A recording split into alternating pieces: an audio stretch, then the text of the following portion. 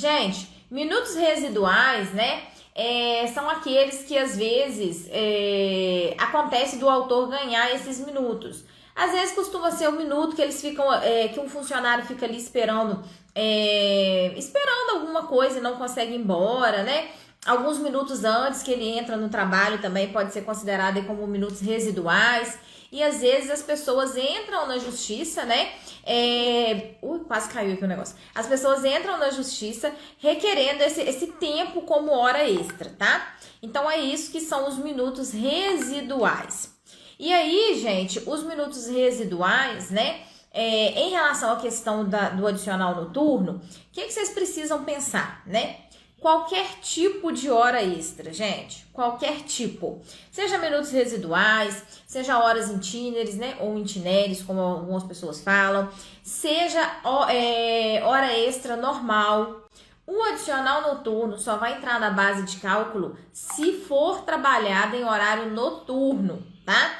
Qual que é o horário noturno, gente? Em regra, o horário noturno é de 22 às 5 da manhã, tá? É a regra principal.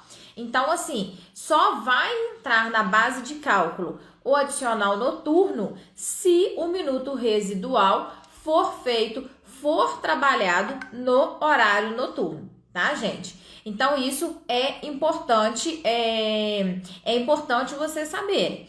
Então, sempre que vocês pensarem assim, será que eu vou incluir aqui adicional noturno? Às vezes tem adicional noturno pago, né? Lá dentro do contra-cheque do autor. E tem adicional noturno que foi deferido na sentença. Então, isso pode acontecer, essas duas situações. E sempre vocês vão se guiar dessa forma, tá? Sempre. Foi feito em horário noturno? Aí sim, tem adicional noturno na base. Se não foi feito em horário noturno, não tem adicional noturno na base, tá? Até fiz um esclarecimento essa semana em relação a isso, que eu tava fazendo, mas não eram minutos residuais, tá? Eu tava trabalhando com horas itineres. Aí eu fui impugnada porque não tinha na base de cálculo as horas o adicional noturno. E na sentença tinha sido deferido adicional noturno. Tinha sido deferido adicional noturno na sentença, e na sentença estava escrito assim, que deferia adicional noturno e que o adicional noturno deveria,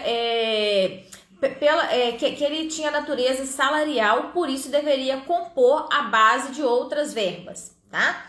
E aí eu fui impugnada por isso e o autor se baseou justamente nessa sentença, que o adicional noturno deveria, né,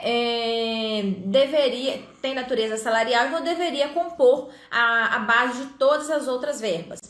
Só que, gente, tudo bem que ele tem natureza salarial, ele vai compor a base de cálculo de outras verbas, mas somente aquelas verbas que são noturnas, né? Não faz sentido, se a pessoa trabalhou durante o dia, eu colocar na base de cálculo dela o adicional noturno.